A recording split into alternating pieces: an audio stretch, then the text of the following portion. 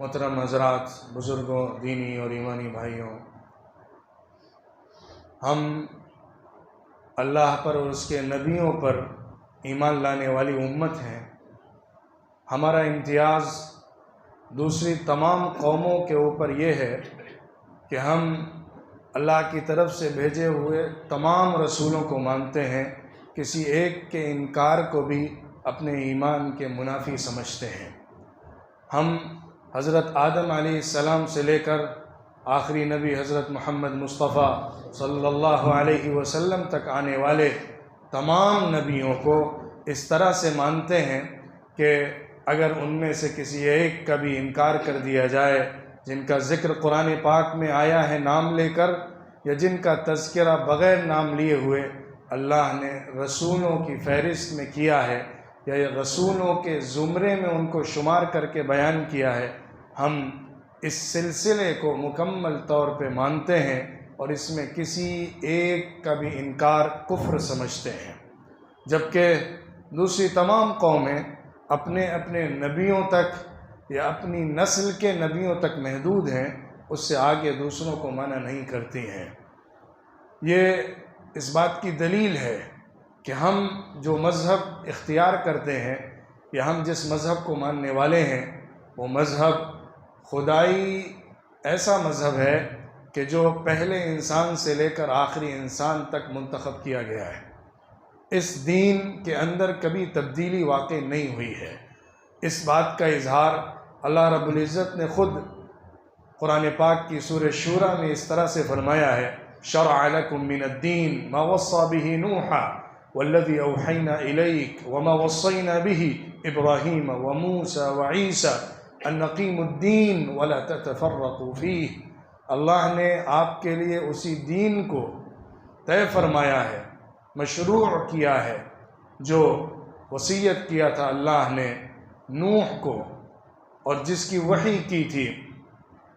اور جس کی وصیت فرمائی تھی ابراہیم کو، موسیٰ کو، عیسیٰ کو، کہ دین کو قائم کرنا ہے۔ یہ جو دین ہے، یہ دین مشترک دین ہے، تمام نبیوں کا دین ہے۔ اس حیثیت سے ہم اس بات کو ماننے پر مجبور اور پابند ہیں کہ ہم پہلے انسان اور پہلے نبی سے لے کر آخری نبی تک پورے سلسلے کو مانیں۔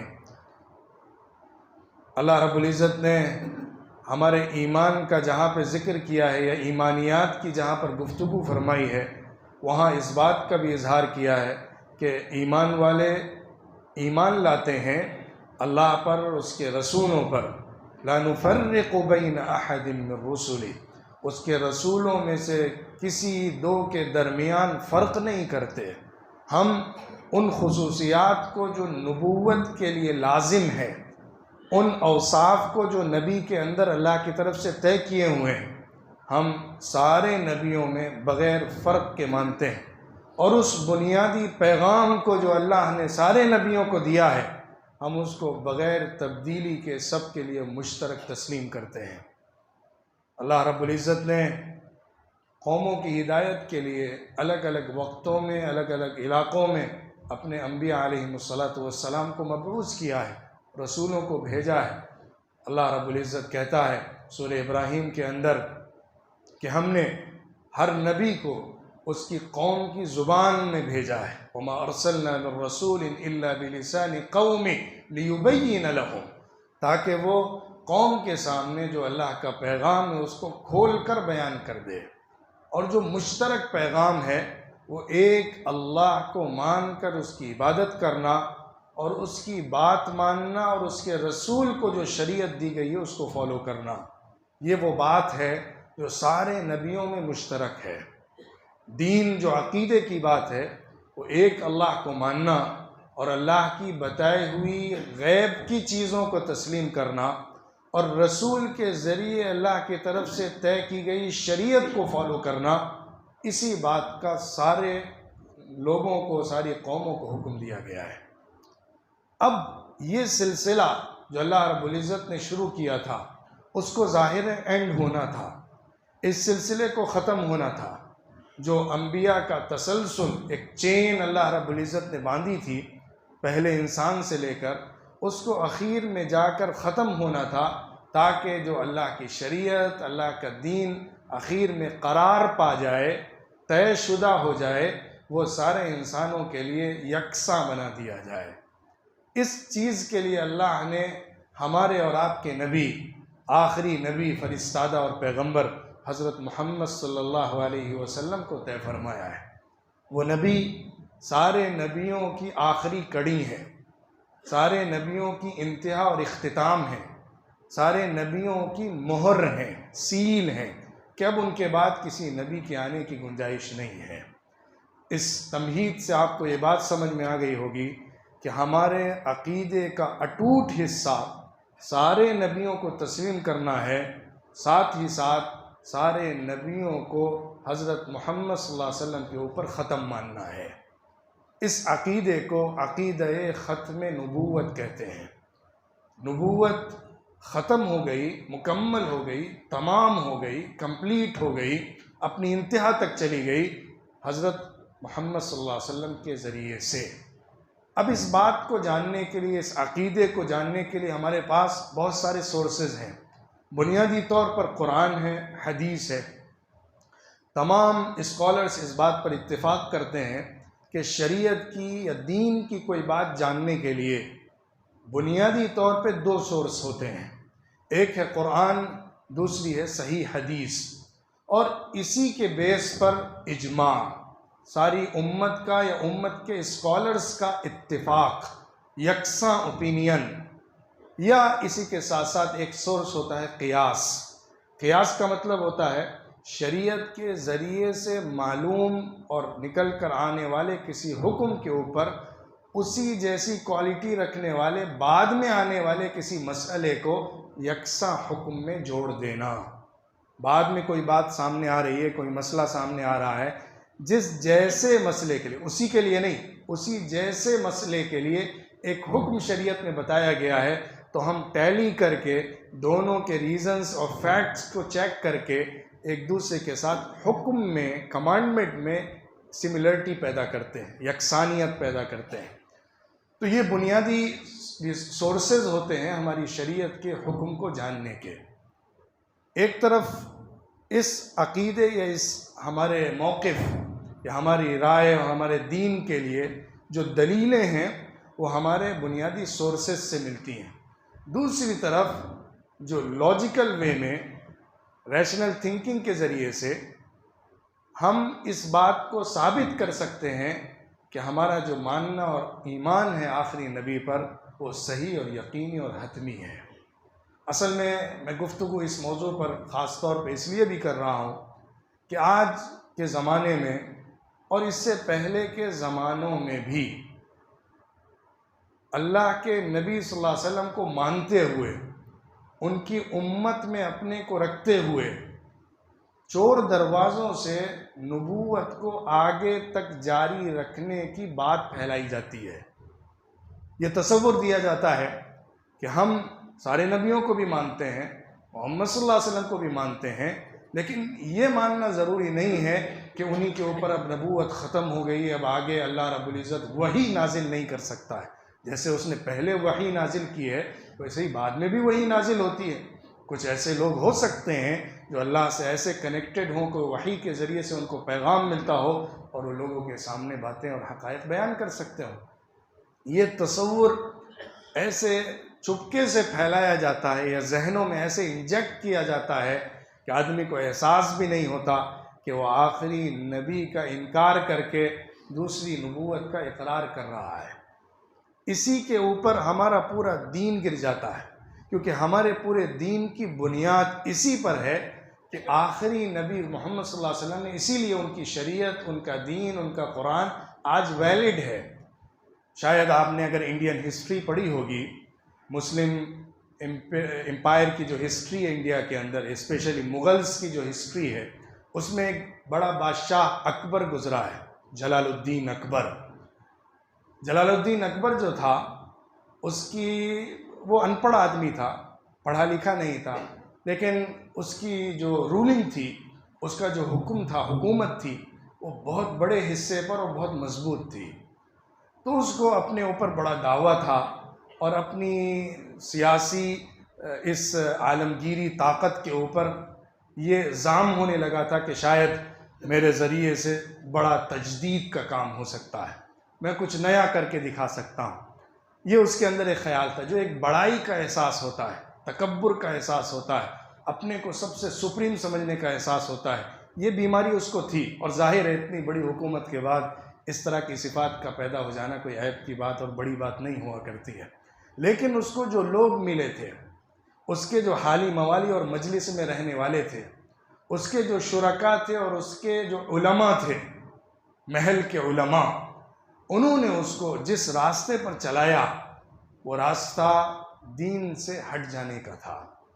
وہ راستہ کیا تھا کہ محمد صلی اللہ علیہ وسلم جو نبی تھے، ان کی نبوت کو آئے ہوئے 1000 سال ہو گئے ہیں۔ جب 1000 سال ہو گئے تو اب نیا ہزارہ شروع ہو رہا ہے۔ اب 1000 کے بعد دوسرا 1000واں سال شروع ہو رہا ہے۔ لہٰذا اب ضرورت ہے کہ اس دین کو جو محمد صلی اللہ علیہ وسلم کے ذریعے سے آیا تھا، اب اس کو چینج کیا جائے، ریپلیس کیا جائے، اس میں موڈیفیکیشن کر دیا جائے اور نئے طور پر نئی ضرورتوں کے اعتبار سے دین کو پیش کیا جائے۔ آپ سن کر حیران ہوں گے، اس بات کو پیش کرنے والے اس زمانے کے چوٹی کے علماء تھے، اس کے محل میں رہنے والے، حکومت کی چاٹوکاریتا کرنے والے، حکومت کے پیسوں پر پلنے والے، وہ غلام ذہنیت کے علماء بھی تھے، جنہوں نے اس کو یہ پڑھایا اپنے مادی فائدے کے لیے اور دنیاوی مقصد کے لیے کہ تم اس دور کے سب سے بڑے مجدد ہو، تم دین کو نئے رنگ کے ساتھ پیش کرو۔ ابو الفضل اور فیضی یہ وہ لوگ ہیں جنہوں نے حضور صلی اللہ علیہ وسلم کی سیرت بغیر نقطے کے لکھی ہے۔ انہوں نے سیرت لکھی ہے، سیرت کی کتاب جس میں ایک نقطہ بھی نہیں ہے۔ اتنے زبان کے ماہر اور اتنے زیادہ عالم تھے کہ بغیر کوئی ایسا ورڈ یوز کیے ہوئے کہ جس میں نقطہ آتا ہے، ڈاٹ آتا ہے، انہوں نے اردو میں ان کی سیرت لکھی۔ اتنا زیادہ ان کو واقفیت تھی اور علم تھا۔ ظاہر ہے ان کی اچھی نظر تھی دینی علوم کے اوپر، لیکن جب غلط راستے پر انسان چلتا ہے تو علم کے ذریعے سے بھی ٹھوکر کھاتا ہے۔ انہوں نے اپنے فائدے کے لیے اس کو سمجھایا کہ تم اس دور میں نئے دین کو پیش کرو، پٹی پڑھائی، اس کو خوب بنا بنا کے چیزیں دی کہ تم یہ موڈیفیکیشن کرو، یہ بتاؤ، اور ایک دین اکبری یا دین الہی کے نام سے پیش کیا گیا کہ جو دین اسلام تھا اس کا ٹائم پورا ہو گیا۔ 1000 سال تک کی زندگی ہوتی ہے کسی دین کی، وہ پوری ہو گئی، اب نیا ہزارہ شروع ہو رہا ہے، اس لیے نیا دین جو کہ دین الہی کے نام سے آئے گا اس کو پیش کیا جائے گا۔ اس کے اندر ستاروں کی پوجا کی بھی اجازت تھی، بت پرستی بھی تھی، سارے دھرموں کو ایک بنا کر ملغوبہ بنا دینا تھا، اور بت پرستی، شرک، سب کے ساتھ ساتھ دین کی بھی، اسلام کی بھی کچھ باتیں اور غیروں کی بھی کچھ باتیں ملا کر ایک نیا دین پیش کیا گیا تھا۔ میں اس واقعے سے صرف یہ بتانا چاہتا ہوں کہ ہمارے ملک میں بھی اگر ڈائریکشن غلط کر دیا جائے تو بڑے لیول سے لے کر، علماء سے لے کر، حاکموں سے لے کر، سب کی ڈائریکشن چینج ہو جاتی ہے، سب کا رخ بدل جاتا ہے، اور غلط طرف انسان نکل جاتا ہے۔ تو ان کا یہ تصور، ان کا یہ ماننا ظاہر ہے دین کے بالکل خلاف ان کو لے کے گیا، اور بالکل نیا دین شروع کیا گیا۔ وہ تو اسی کے بالمقابل مخلص علماء تھے جنہوں نے زبردست کوشش اور محنت کر کے حاکموں پر بھی محنت کی، لوگوں پر بھی محنت کی، اور اس فتنے سے بچا لیا۔ ورنہ شاید ہندوستان کے اندر اس فتنے کا جتنا اثر پڑتا وہ اندازہ کرنا مشکل ہے۔ لیکن حضرت مجدد الفسانی احمد سرہندی رحمۃ اللہ علیہ، جن کا نام سنہرے حروف سے ہندوستان کی تاریخ میں لکھا جاتا ہے، حضرت امام احمد سرہندی، سرہند کی سرزمین کے رہنے والے ایک بڑے بزرگ اور بہت بڑے عالم تھے۔ انہوں نے زبردست کوشش اور محنت کر کے اکبر کی اولاد کی تربیت ایسی کی، ان کو خطوط لکھے، ان کے پاس ایک معلم بن کے رہے، اور ان کو ایسا ذہن بنا کر دیا کہ اس کے ذریعے سے انہوں نے اپنے باپ کے بنائے ہوئے مذہب کو آگے چلنے نہیں دیا۔ یہ تبدیلی حکومت کی کرسیوں تک انہوں نے اپنے اثر سے اور دعوت سے پہنچائی کہ اس کے بعد اس غلط چیز کو آگے جاری نہیں کیا گیا۔ اور پھر شاہ جہاں، پھر اس کے اولاد تک یہ چیزیں بہت بدل گئیں، یہاں تک کہ حضرت اورنگزیب عالمگیر رحمۃ اللہ علیہ بھی پیدا ہوئے جنہوں نے دین کی خدمت کا بڑا کام کیا۔ تو ایک الگ موضوع ہے، ایک لمبی تاریخ ہے، میں اس میں نہیں جاتا، صرف یہ حوالہ دے رہا ہوں کہ کس طرح سے انسان اپنے دین کے مقابل دوسری چیزوں کی طرف بہک کر جاتا ہے اور غلط چیزوں کی طرف بڑھتا چلا جاتا ہے۔ تو آخری نبی کو ماننا اور ان کی شریعت کو ویلڈ سمجھنا اور قیامت تک کے لیے اس دین اور شریعت کو جاری سمجھنا، یہ ہمارے عقیدے کی بالکل کور بلیف اور فیتھ ہے، بنیادی ایمان اور یقین کی بات ہے۔ اس میں تذبذب ہو جائے تو ہمارے ایمان اور ہمارے عقیدہ پورا کا پورا گر جاتا ہے۔ اللہ رب العزت نے قرآن پاک میں بہت جگہوں پر اس بات کا اشارہ کیا ہے یا صراحتاً بھی ذکر کیا ہے کہ محمد صلی اللہ علیہ وسلم کا جو مقام اور حیثیت ہے وہ آخری نبی کی ہے۔ اس سلسلے میں سب سے واضح آیت سورۃ الاحزاب کی ہے، ما کان محمد ابا احد من رجالکم ولکن رسول اللہ وخاتم النبیین، محمد تم میں سے کسی مرد کے باپ نہیں ہے، یعنی ان کی نرینہ اولاد کوئی نہیں ہے، اور وہ اللہ کے رسول ہیں اور نبیوں کی مہر ہیں، سیل ہیں، کہ نبیوں کو ان کے اوپر ختم کر دیا گیا ہے۔ محققین نے لکھا ہے کہ تقریباً قرآن پاک کی 100 سے زائد آیات ایسی ہیں جس میں صراحتاً یا اشارتاً یہ بات ملتی ہے کہ محمد صلی اللہ علیہ وسلم کے اوپر نبوت کو ختم کیا گیا ہے یا وہ آخری نبی کی حیثیت رکھتے ہیں۔ اللہ رب العزت نے قرآن میں فیصلہ صادر فرما دیا کہ آپ سارے لوگوں کے لیے نبی بنا کر بھیجے گئے ہیں، سارے انسانوں کے لیے نبی بنا کر بھیجے گئے ہیں۔ حضور صلی اللہ علیہ وسلم نے ایک حدیث میں فرمایا ہے، فضلت علی الانبیاء بست، 6 چیزوں کے اندر مجھے دوسرے نبیوں پر فضیلت اور امتیاز اور برتری دی گئی ہے۔ ان میں سے آخری بات جو حضور نے بتائی، وختم بی النبیون، میرے ذریعے سے نبیوں کو ختم کر دیا گیا، نبیوں کا سلسلہ روک دیا گیا، نبیوں کو مکمل کر دیا گیا۔ اللہ رب العزت نے قرآن پاک میں دین کے مکمل ہونے کا بھی اعلان فرمایا سورہ مائدہ کے اندر، الیوم اکملت لکم دینکم واتممت علیکم نعمتی ورضیت لکم الاسلام دینا۔ آج یہ اللہ رب العزت نے آیت نازل فرمائی تھی حجۃ الوداع میں، عرفہ کے دن، آج میں نے تمہارے لیے دین کو مکمل کر دیا اور اپنی نعمت کو تمہارے اوپر مکمل تمام کر دیا،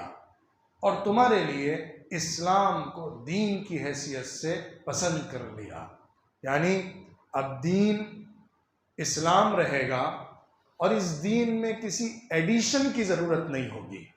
اللہ نے 2 لفظ یوز کیے ہیں، ایک ہے اتم، دوسرا ہے اکملہ۔ دین کے لیے کہا اکملہ، دین کو مکمل شکل میں تمہارے سامنے دے دیا ہے کہ اب اس میں کسی چیز کو ایڈ کرنے کی یا کسی چیز کو کم کرنے کی گنجائش ہی نہیں چھوڑی ہے۔ اور جو نعمت ہے کہ تمہیں آخری نبی کی امت بنایا، آخری نبوت محمد صلی اللہ علیہ وسلم کو دی، آخری شریعت اللہ نے طے فرمائی، اس نعمت کو اپنی آخری حد تک پہنچایا ہے۔ یعنی ایسا لگتا ہے کہ نبوت ایک تہ بتہ سلسلہ تھی جو چلتے ہوئے آگے بڑھ رہی تھی، یہاں تک کہ حضور صلی اللہ علیہ وسلم کے اوپر اس کو آخری انجام تک پہنچا دیا گیا، آخری حد تک پہنچا دیا گیا، آخری درجے پر لے آیا گیا۔ اس مضمون کو حضور صلی اللہ علیہ وسلم نے ایک حدیث میں سمجھایا ہے مثال کے ذریعے سے، ان مثلی ومثل الانبیاء من قبلی کمثل رجل بنى بیتا۔ حضور فرماتے ہیں میری مثال اور مجھ سے پہلے آنے والے نبیوں کی مثال ایسی ہے جیسا کہ ایک شخص نے گھر بنایا اور اس گھر کو بہت خوبصورت تیار کیا، بہت مضبوط اور اچھا گھر بنایا ہے، لیکن اس کے ایک کارنر کا ایک برک چھوڑ دیا ہے، اس کے ایک زاویے میں، ایک کونے میں ایک اینٹ چھٹی ہوئی ہے، اتنی جگہ چھٹی ہوئی ہے، باقی پورا گھر مکمل خوبصورت شکل میں تیار ہے۔ جب بھی لوگ اس گھر کے ارد گرد طواف کرتے ہیں، چکر لگاتے ہیں، تو وہاں سے گزرتے ہوئے کہتے ہیں اگر اس کونے کے اوپر ایک اینٹ لگ جاتا تو یہ گھر کتنا خوبصورت اور پرفیکٹ اور کمپلیٹ نظر آتا. انا هذه اللبنہ، وہ اینٹ میں ہوں. ختم بی النبیون، میرے اوپر نبیوں کو مکمل کیا گیا ہے. نبیوں کی مثال، پورے نبیوں کی مثال ایک گھر کی طرح ہے کہ ایک ایک کر کے تہ بتہ ایک سلسلہ چلا ہے جس کے ذریعے سے ایک مکمل شیپ دیا گیا ہے نبوت کو، اور اس کو آخری انجام تک پہنچایا گیا میرے ذریعے سے. جیسے کسی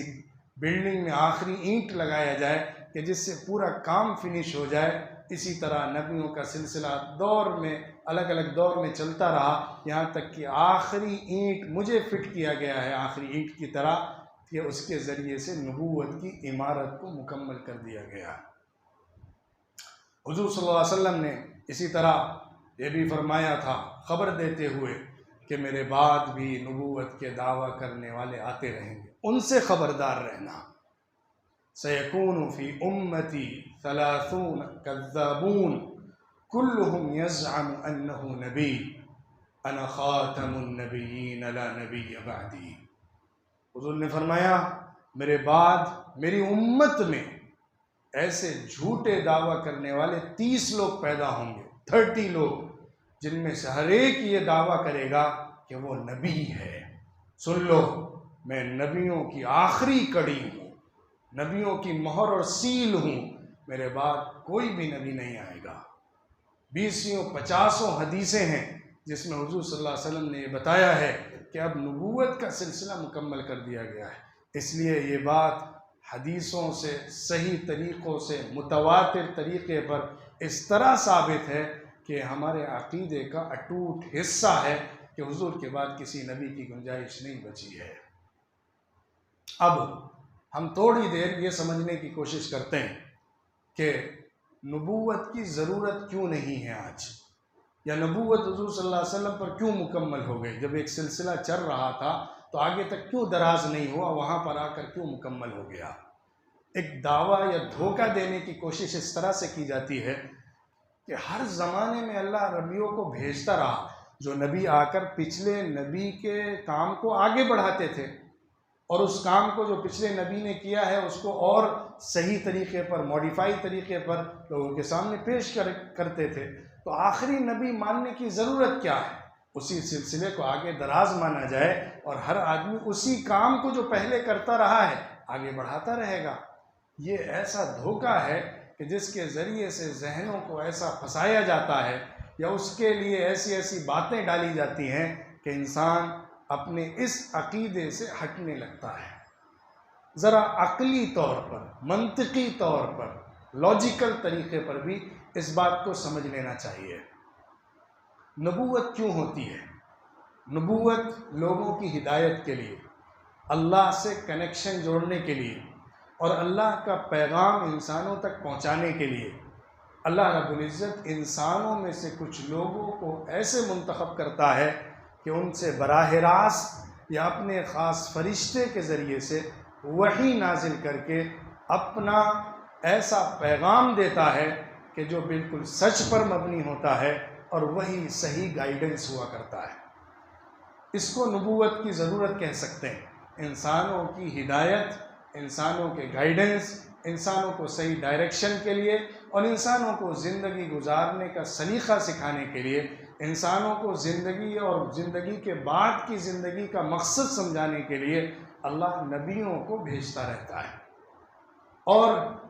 اللہ کی شریعت، اللہ کے بتائے ہوئے طریقے کے مطابق زندگی کیسے گزاری جائے وہ چیز ان کو عطا فرماتا ہے، ان کے ذریعے سے لوگوں کو بتاتا ہے. ورنہ انسان اپنے طور پر، اپنی عقل سے، اپنی لاجک سے، اپنے طریقے پر جن چیزوں کو سمجھتا اور جانتا ہے اس میں دھوکہ کھا سکتا ہے، اس میں غلطی کر سکتا ہے اور غلطی کرتا ہے. لیکن اللہ کی طرف سے جو بات دی جاتی ہے اس میں غلطی نہیں ہوا کرتی ہے، اس میں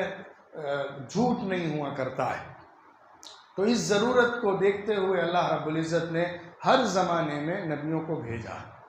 پھر آخر میں ایک ایسے نبی کو منتخب کیا کہ جس کی دعوت، جس کا پیغام،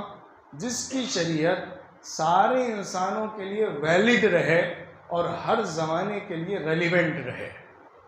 یہ اللہ رب العزت کا معجزہ تھا۔ محمد صلی اللہ علیہ وسلم کے سارے معجزوں میں سب سے بڑا معجزہ یہ ہے کہ اللہ نے ان کو ایسی کتاب دی ہے جو ہمیشہ زندہ اور جاوید ہے، جس کتاب میں کوئی تبدیلی واقع نہیں ہوتی، جس کتاب کا پیغام تمام انسانوں کے لیے رہنما اصول کی حیثیت رکھتا ہے، جو کتاب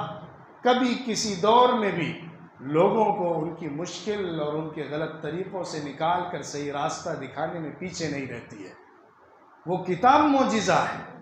اگر کتاب معجزہ ہے تو حضور صلی اللہ علیہ وسلم کی نبوت جو کہ کتاب سے جڑی ہوئی ہے وہ بھی زندہ ہے۔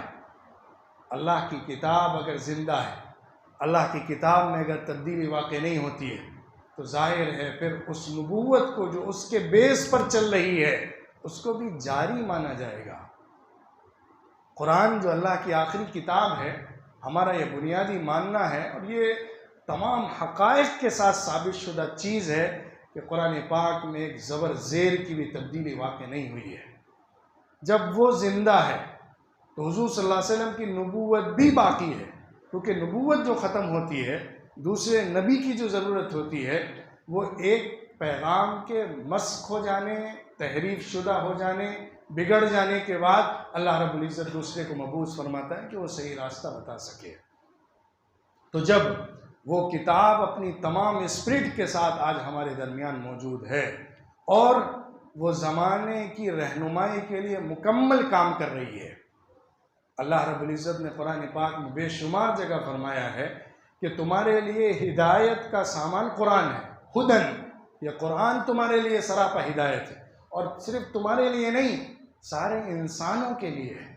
باقی جتنی نبوت اللہ رب العزت نے پہلے دی ہیں وہ عموماً اپنے اپنے علاقے اور قوموں کے لیے ہوا کرتی تھی۔ اس نبوت کو جو آخری نبی کے لیے اللہ نے طے فرمائی تھی، اس کے لیے فیصلہ یہ تھا کہ یہ سارے انسانوں کے لیے، انی رسول اللہ علیکم جمیعا، میں اللہ کا رسول ہوں تم سب کے لیے، جو میرے بعد آنے والے ہیں ان سب کے لیے میں اللہ کا رسول ہوں۔ تو آپ اس بات کو تھوڑا سمجھیے کہ اللہ رب العزت کسی کو نبی بناتا ہے ہدایت سمجھانے کے لیے، وحی نازل کرتا ہے گائیڈنس کے لیے، صحیح راستہ بتانے کے لیے۔ اگر وہ راستہ بتانے والی چیز موجود ہے، اگر وہ ڈائریکشن دینے والی اللہ کی وحی باقی ہے، تو اب اس کے بعد دوسرے نبی کے آنے کی ضرورت کیا ہے؟ دوسرا نبی آ کے اس میں کیا کرے گا؟ اس لیے اللہ رب العزت نے آخری نبی محمد صلی اللہ علیہ وسلم کے لیے جو کتاب نازل فرمائی، جو وحی نازل فرمائی، اس کی حفاظت کا فیصلہ فرمایا۔ اِنَّا نَحْنُ نَزَّلْنَا الذِّكْرَ وَإِنَّا لَهُ لَحَافِظُونَ، ہم نے کتاب کو اتارا ہے اور ہم ہی اس کی حفاظت کرنے والے ہیں۔ قرآن محفوظ ہے تو اس کی بنیاد پر حضور صلی اللہ علیہ وسلم کی نبوت محفوظ ہے۔ جب نبوت محفوظ ہے تو پھر اس کے بعد کسی اور نبی کی ضرورت باقی نہیں ہے۔ جب ضرورت باقی نہیں ہے تو پھر دوسرا دعویٰ کرنے والا، جھوٹ گڑھنے والا ہوگا، وہ اللہ کی طرف منسوب کر کے غلط بات کہنے والا ہوگا، کیونکہ جس اللہ نے اپنی کتاب اتار کے یہ فیصلہ کیا کہ یہ کتاب میں نے سارے انسانوں کی ہدایت کے لیے طے کر دی ہے، اب وہی اللہ کیسے دوسری بات کہہ سکتا ہے، یا اس سے ہٹ کر دوسری بات نازل کر سکتا ہے، یا اس کے علاوہ کوئی اور بات دوسرے کو وحی کر سکتا ہے؟ یہ بات کانٹریڈکٹری ہو جائے گی اللہ کی اس بات سے جو اللہ رب العزت نے اپنی کتاب قرآن پاک میں نازل فرمائی ہے۔ اس لیے یہ سوال ہی پیدا نہیں ہوتا، قرآن کے مطابق، قرآن کے پیغام کے مطابق، قرآن میں اللہ کی بتائی ہوئی شریعت کے مطابق، کہ اس کے بعد کسی اور نبی کے اوپر اللہ کی وحی نازل ہو کر اس میں کچھ تبدیلی کی جا سکتی ہو۔ ہاں یہ بات اور ہے کہ زمانے کے اعتبار سے لوگوں کو اللہ کے دین کو سمجھانے کے لیے اور صحیح تصور کے ساتھ اللہ کے دین کو پیش کرنے کے لیے لوگوں کی ضرورت رہے گی، اسکالرز کی ضرورت رہے گی، داعی لوگوں کی ضرورت رہے گی، لوگوں کو صحیح پیغام پہنچانے والوں کی ضرورت رہے گی۔ اللہ نے اس ذمہ داری کو محمد صلی اللہ علیہ وسلم کی امت کے اوپر ڈالا ہے۔ اس سے پہلے انبیاء کا تسلسل ہوتا تھا، جو ایک انبیاء کی وراثت کو آگے بڑھایا کرتے تھے۔ آج اللہ نے اس ذمہ داری کو،